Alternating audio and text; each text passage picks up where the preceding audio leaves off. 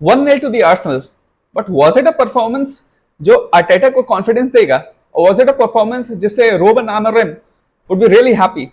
Let's find out. सबसे पहले हम आर्सेनल की बात करते हैं because they one the match. Last season जो आर्सेनल के साथ सबसे ज्यादा दिक्कत की बात थी कि वो मेनली अपने जितने भी गोल स्कोर कर रहे थे वो सेट पीसेस के थ्रू कर रहे थे. People even name them set piece FC. People call them reincarnation of Stoke City of 2007-2008. तो ऐसी टीम जब आपके पास थी, तो जब इस साल आप ट्रांसफर मार्केट में गए थे, तो you had to bring in someone who could change that mould. Last season जो सबसे बड़ा इशू आर्सेनल के साथ था वो था लेफ्ट विंग. लेफ्ट विंग पे आपके पास मार्टिनेली और ट्रोसार्ड थे. दोनों अच्छे प्लेयर हैं, but they are not match winners. वो साला या कोल पामर या हालैंड इन सब के लेवल के नहीं है. तो you needed someone at the left wing who just take the match by the scruff of the neck or would be a killer. ऐसा नहीं would be dallying on the ball जो जिसका फाइनल बॉल अच्छा नहीं है, जो killer नहीं है. तो once you knew that was the major problem issue, तो जैसे ही ट्रांसफर मार्केट स्टार्ट हुआ तो that would have been your first target. ऐसा नहीं जैसे मैं पिछले 2-3 साल से देख रहा हूं that Arsenal buys players for the squad, not for the first 11. इस साल भी वही हो रहा है. You have bought so many players. आपने नौगार्ड खरीदा है, जुबीमेंडी को खरीदा है, मॉस्केरा को खरीदा है, केपा को खरीदा है, मेडवेके को खरीदा है, बट लेफ्ट विंग जो आपकी मेजर प्रॉब्लम एरिया थी वो आपने अभी भी नहीं सॉल्व नहीं की. तो दैट शोज कि आपका फोकस शायद वहां नहीं है जहां होना चाहिए. आपने ग्योकरेस खरीदा स्ट्राइकर की पोजीशन पे, जो सब लोग कह रहे थे मेरे ख्याल से because there was so much of media clamouring और so much of fans asking for a striker, तो आपने स्ट्राइकर खरीदा. बट आई थॉट कि जब भी हैवर्ट्स लास्ट सीजन या उससे पहले खेले हैं तो he was the one who made the whole team click. तो अगर आप स्ट्राइकर ला रहे थे तो आपको या तो हैवर्ट्स के प्रोफाइल का लाना चाहिए था, या तो ऐसा लाना चाहिए था जो थोड़ा मोबाइल ज्यादा हो.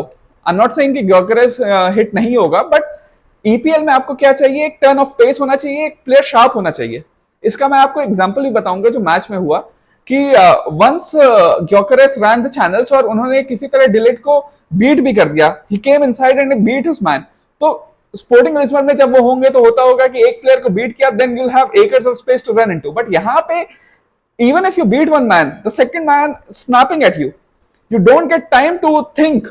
तो आपको जैसे ही आप वो पहला मूव कर रहे हैं, you have to be ready with the next move. या तो आप उसे पास करिए या तो you create space for yourself.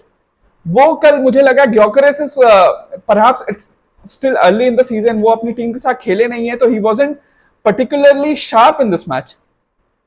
वहीं जैसे ही हैवर्ट्स आए, he was winning more free kicks, वो टीम को थोड़ा और जेल कर रहे थे. तो इसलिए मुझे लगा था कि स्ट्राइकर की पोजीशन जो इन्होंने खरीदा भी made it a priority this season, तो उससे पहले इन्हें लेफ्ट विंग इंप्रूव करना चाहिए था because Havertz was doing a more than decent job for them. Left wing में वही हमने इश्यूज देखे. रिचार्लिसन ने कल एक गोल मारा, परसों एक गोल मारा स्पर्स के लिए. It was a carbon copy of the chance that Martinelli got, where he missed the ball, even couldn't even connect with the ball, which shows the difference in level. और अगर कोई स्पर्स का प्लेयर आर्सेनल के player से अच्छा खेल रहा है तो then that's a cause of concern. Left wing हमने अटैक नहीं किया, हमने इतने सारे प्लेयर खरीद लिए which are of no use, और वही पैटर्न रिपीट हो रहा है इस बार भी. We are only good in set pieces. जुबीमेंडी के लिए भी स्पेन से आना, मतलब लास्ट ईयर थॉमस पार्टी खेलते थे तो it was a lock in position for him. But इस साल पार्टी की एथलेटिसिज्म, स्ट्रेंथ जो सेंटर डिफेंसिव मिडफील्ड में स्पेशली ईपीएल में चाहिए, वो शायद जुबीमेंडी के पास नहीं है. He is more of the ilk of Busquets, but Busquets La Liga में हिट थे. ईपीएल में कितना हिट होंगे वी डोंट नो. जुबीमेंडी के लिए मेरे ख्याल से इसलिए बिकॉज पोजिशनल अवेयरनेस उनका अगर आप पूरा मैच देखें तो अच्छा था. He was taking up good positions, defensively भी अच्छे हो रहे थे, but he was getting shoved or he was getting bullied by the pace and the athleticism of the United players, and that does not bode well if you want to succeed in the Premier League. इनका भी मैं पहला ही match था तो won't be judging him so quickly, but at least इनको हम ये कह सकते हैं कि positional awareness अच्छी थी, he was taking up good positions, तो वहां पे कम से कम he performed better than Gyökeres. Gyökeres was almost unfit for this team लग रहे थे, and a major blame for that also goes to Arteta.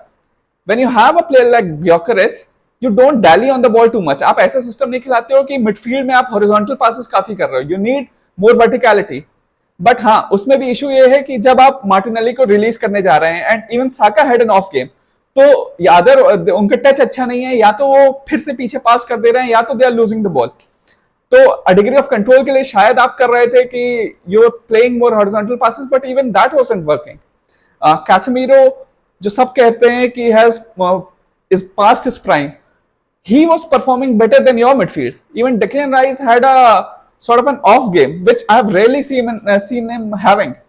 The corner that he delivered was top notch. और Arsenal के लिए ये the set pieces that they have, they should be taking this as an additional force of attack. ऐसा नहीं सोचना चाहिए कि उनका पूरा गेम प्ले ही सेट पीसेस पे बेस्ड है।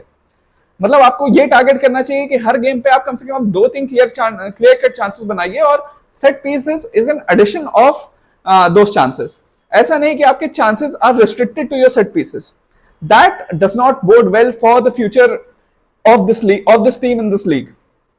क्योंकि पुराने इश्यूज फिर से वापस आएंगे। अगर कोई टीम लो ब्लॉक में खेलेगी, it will be tougher to break down. हाँ, ये आप देखेंगे कि जो टीम लो ब्लॉक में खेलती है उसमें Martin Zubimendi will shine. He will be a player who will dominate the teams who are playing a low block. लेकिन जो टीम्स काउंटर अटैक कर रही है, वहां मेरे ख्याल से जो स्ट्रांग है या जो टॉप 6 वाली टीम्स है, उसमें I think to match the physicality they can also bring in Norgaard to partner with Rice with Odegaard in front. आपने मेडुएके को खरीदा, मेडुएके लेफ्ट विंग में अभी आप खिलाना चाहते हैं, एज अ साका रिप्लेसमेंट भी खिलाना चाहते हैं, आपने उसको इतना पैसे भी दिया है, बट वो पैसा क्या आप एक रोड्रिगो या एवरेचे एजे के लिए नहीं लगा सकते थे, विच automatically improves the playing 11? I mean, these are all questions जो फिर से खड़े हुए हैं after yesterday's performance. क्योंकि आर्सेनल से एक्सपेक्टेड था कि एटलीस्ट परफॉर्मेंस अच्छा होगा।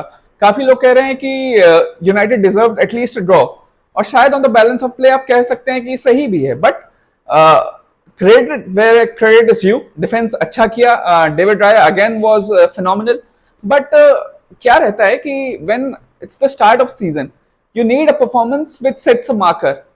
वो ये नहीं थी। फॉर एग्जाम्पल, जब आप सिटी को खेलते हुए देखें, they absolutely dominated the midfield, they absolutely dominated the opponents. तो वहां आपको लगता है कि they have set a marker at the start only.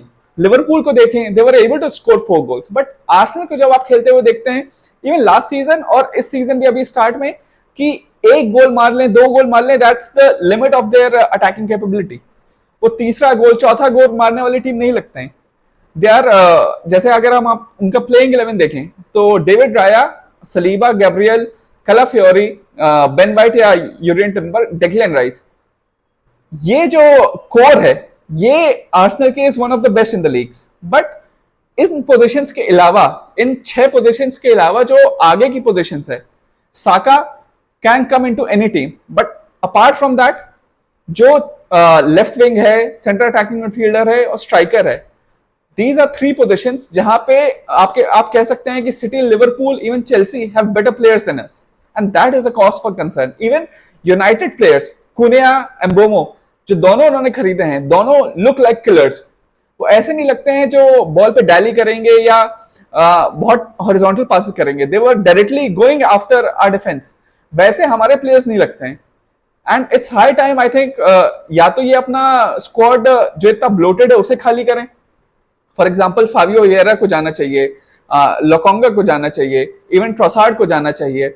इन सारे प्लेयर्स को आपको हटा के एटलीस्ट कुछ पैसा रिकूप करना चाहिए। ऐसा नहीं होना चाहिए कि जैसे कल मैंने आपको पहले भी बताया था कि आर्सेनल के लिए सेकंड मोस्ट एक्सपेंसिव प्लेयर जो आर्सेनल ने अभी तक बेचा है, वो है निकोलस अनेल्का, जो 25 साल पहले बेचा था। मतलब पिछले 25 साल में आप अपने प्लेयरों के लिए कोई फेयर वैल्यू निकाल ही नहीं पाए हैं। That is a cause of concern. अभी ओमारी हचिनसन भी जो ट्रांसफर हुआ है 37.5 मिलियन का, वो आर्सेनल के प्लेयर थे, बट आपने उन्हें पहले बेच दिया। तो या तो आप प्लेयर को बहुत जल्दी बेच दे रहे हैं, या तो आप उन्हें बहुत देर तक अपने साथ रख रहे हैं, तो आपको उनको वैल्यू नहीं मिल रही है। That is a huge cause of concern. क्योंकि अगर आपके पास आजकल जैसे फाइनेंशियल फेयर प्ले है, पीएसआर है, तो you don't have unlimited budget. आपको उतने ही पैसे में सारी चीजें करनी होती हैं, and if you are not focused, आप ट्रांसफर सीजन में जाते हैं और उन पोजीशंस को पहले स्ट्रेंथन कर लेते हैं जो आपका स्क्वाड अच्छा करेगा, बट प्लेइंग 11 अच्छा नहीं करता है, तो it doesn't help you take that leap from a contender to a winner. आप सेकंड थर्ड के लिए फिर से लड़ सकते हैं, लेकिन आप टाइटल तभी जीतेंगे जब आप अपना प्लेइंग 11 उस लेवल का लाएंगे जो लिवरपूल या सिटी का है, जो अभी unfortunately central attacking midfielder, left winger और स्ट्राइकर की पोजीशन की वजह से उन दोनों से कम है। अब जहां तक रही यूनाइटेड की बात, I heard lot of United fans complimenting their team की बहुत अच्छा खेला, बहुत चांसेस बनाए and it was a great game, but ultimately it was a result for Arsenal. तो यहाँ पे हमें क्रेडिट आर्सेनल को देना पड़ेगा कि defensively they were very sound, और अवे फ्रॉम होम जाना, अभी अभी सीजन स्टार्ट हुआ है, शायद मैच फिटनेस भी इतनी नहीं है, तो आप it's a very important point for Arsenal, but a lot of positives to take from United. सबसे पहले उनके न्यू साइनिंग्स कोने और एम्बेमो दोनों बहुत अच्छा खेले। जो उनका पीछे मेसन माउंट थे, मेसन माउंट को ने ऑलमोस्ट फॉल्स लाइन खिलाया, but he was roaming around, तो he played a great role in the hole pressing and setting the marker. But अगले मैच में सब बोल रहे हैं कि Sesko should play, but then what happens if Sesko plays, then Mason Mount has to go out because he won't be playing deep. तो पीछे आप कैसेमीरो और फर्नांडिस को ही खिला रहे हैं, and that takes away from your team.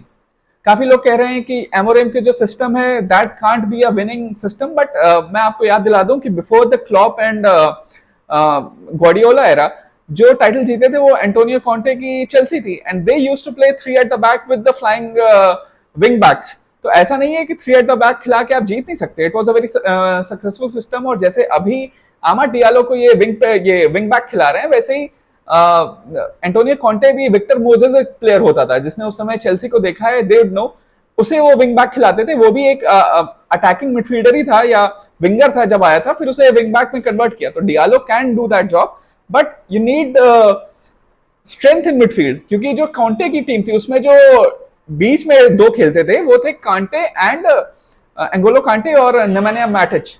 तो यहाँ पे अगर आपके पास कैसेमीरो और फर्नांडिस हैं तो टेक्निकली वो दोनों अच्छे हैं, but they don't have the running ability और the strength of Kante and Matic. In fact Fabregas को भी वो एज अ सब्स्टिट्यूट ही कॉन्टे यूज कर रहे थे because he was a little lightweight for that system. तो यहाँ भी मुझे लगता है कि या तो फर्नांडिस को आप आगे खिलाइए, या तो आप शायद आपको रिस्क लेना पड़ेगा कि उसे बेचें, या तो उससे पैसा लेके आप बलेबा को खरीदें, because midfield two of Fernandes and Casemiro won't help you in the long run.